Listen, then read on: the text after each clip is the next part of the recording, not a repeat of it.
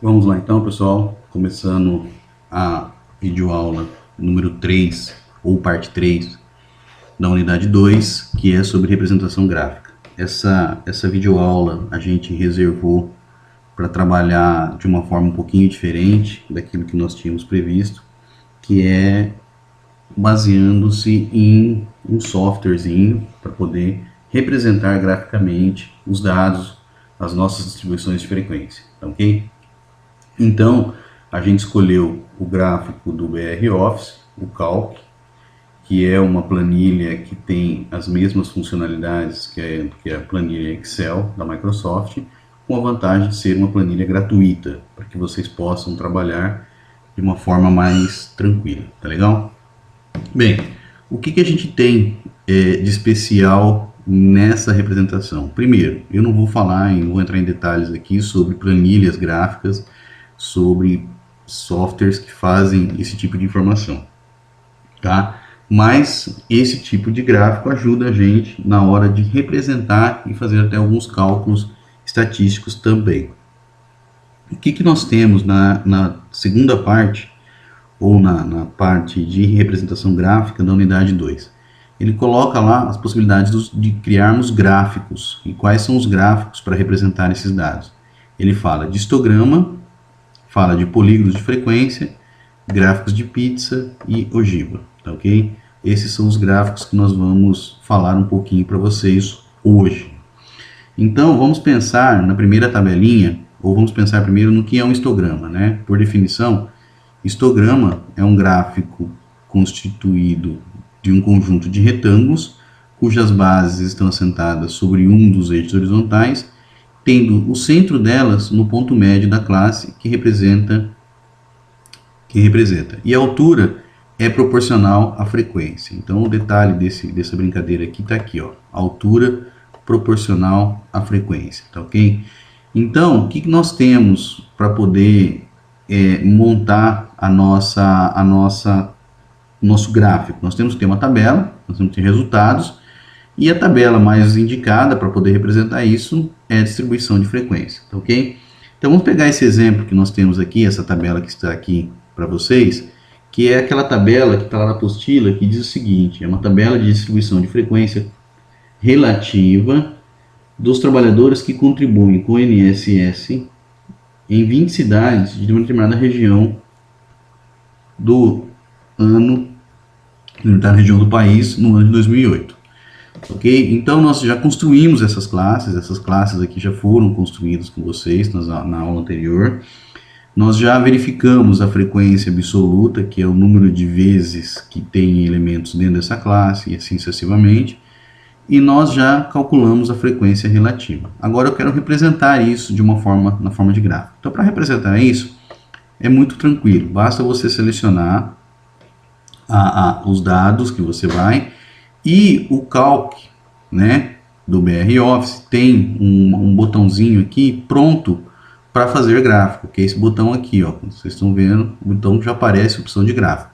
Quando você aperta gráfico, né, quando você clica na opção de gráfico, ele já dá um gráfico base para você fazer essa discussão, para você dar uma organizada, certo? Esse gráfico, você teria as opções aqui, ó, coluna, barra, pizza, área e assim sucessivamente. E aí você tem os passos que ele vai. Primeiro o tipo do gráfico, depois o intervalo de dados, a série de dados e os elementos do próprio gráfico. Como nós queremos um gráfico na forma de histograma, então ele na prática acaba sendo um gráfico de colunas, tá ok? Próximo passo é definir o meu intervalo de dados, a série de dados que nós vamos colocar em colunas ou linhas, certo? Se pensarmos que o histograma tem a relação mais próxima aqui, ó, então você teria essa ideia aqui do histograma, ou seja, os gráficos aqui embaixo, as relações e aqui as situações.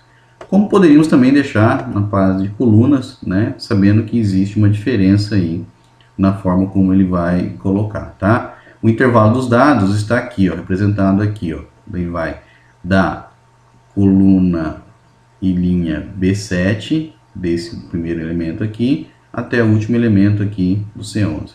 O próximo passo é definirmos o nome dos intervalos, né? Então, por exemplo, quando eu vou lá na coluna Y, eu tenho o nome dos intervalos e vai aparecer aqui embaixo, certo? O nome dos intervalos. E a categoria, que são os elementos que nós temos ali, tá ok? Quando nós aplicamos o próximo, aí você tem os elementos que você vai colocar no gráfico. Então, por exemplo, isso aqui vai ser chamado o quê?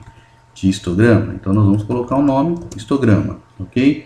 Eu não vou exibir legenda, por quê? Porque já existe aqui embaixo as minhas opções. Embora eu poderia exibir legenda, direita, esquerda, superior, inferior, isso aí fica a cargo da área de metodologia científica que vai definir quais são os certos.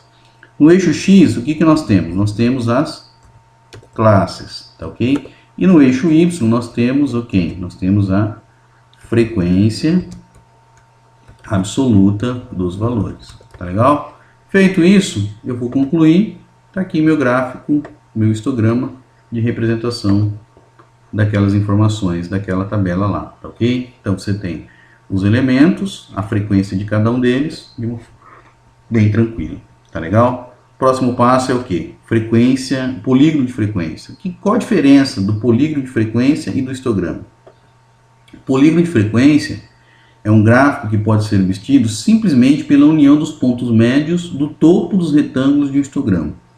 Como nós estamos fazendo isso via software, para nós é mais fácil eu pegar e simplesmente definir o meu intervalo de dados, igual eu fiz aqui, vou lá na opção gráfico, só que em vez de eu pegar e definir coluna, eu vou definir o quê? Eu vou definir linha, certo? E vou ligar essas linhas, ligar os pontos às linhas, tá ok? Feito isso, ele vai dar um intervalo, né? Nós temos aqui algumas situações, a coluna, o intervalo de dados, certo? Colocando a série de dados, mesmo problema, nós vamos colocar o nome, quem são as séries aqui, e vou para o próximo passo. No próximo passo, eu não quero ele exibir legenda, e aqui quem que é? Esse aqui é meu polígono, desculpa, meu polígono de frequência, ok? Aqui nós temos as classes, e aqui nós temos a frequência, certo?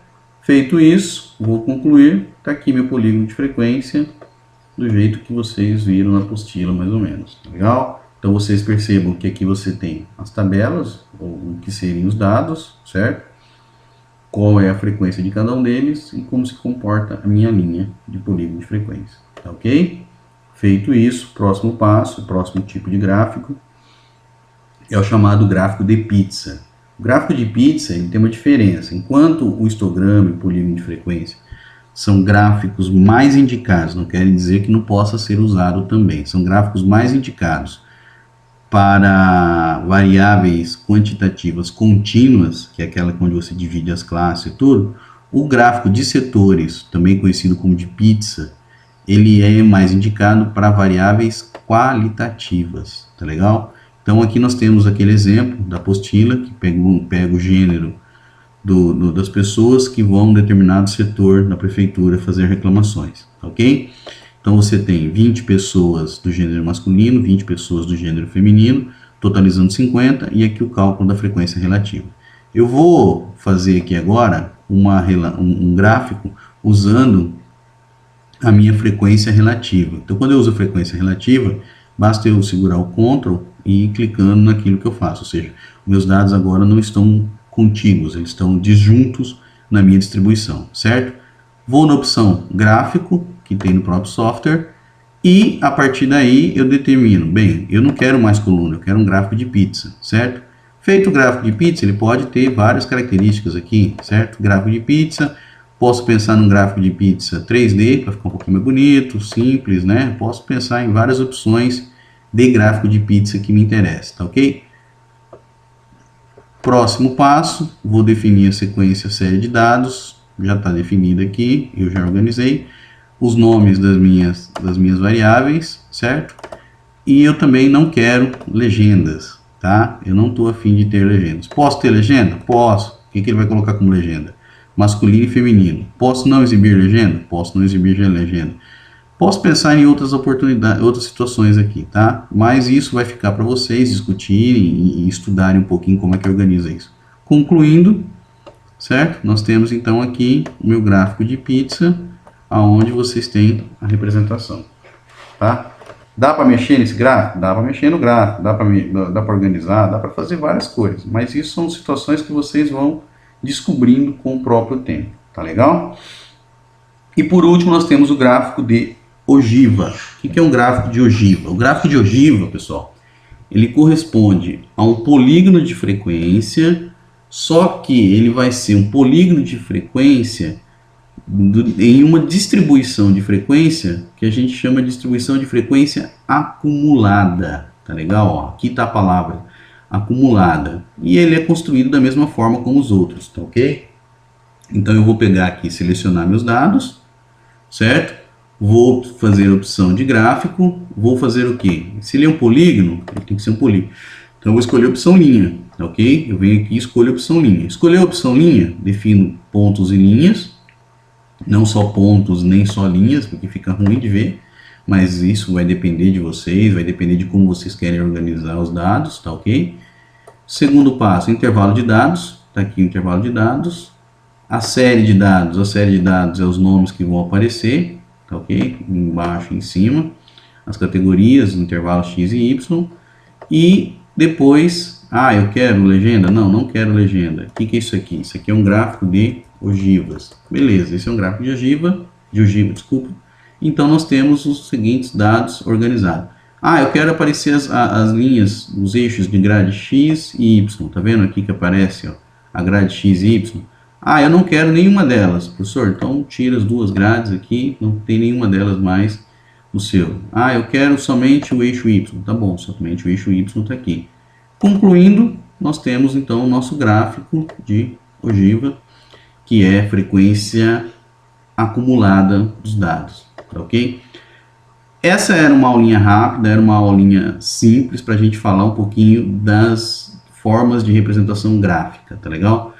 A próxima aula, então agora eu aconselho vocês a avançarem e estudarem a apostila e fazerem esses exercícios. Vocês vão aprender muito testando e brincando com o software, tá? Não adianta a gente querer falar tudo para vocês aqui que não tem como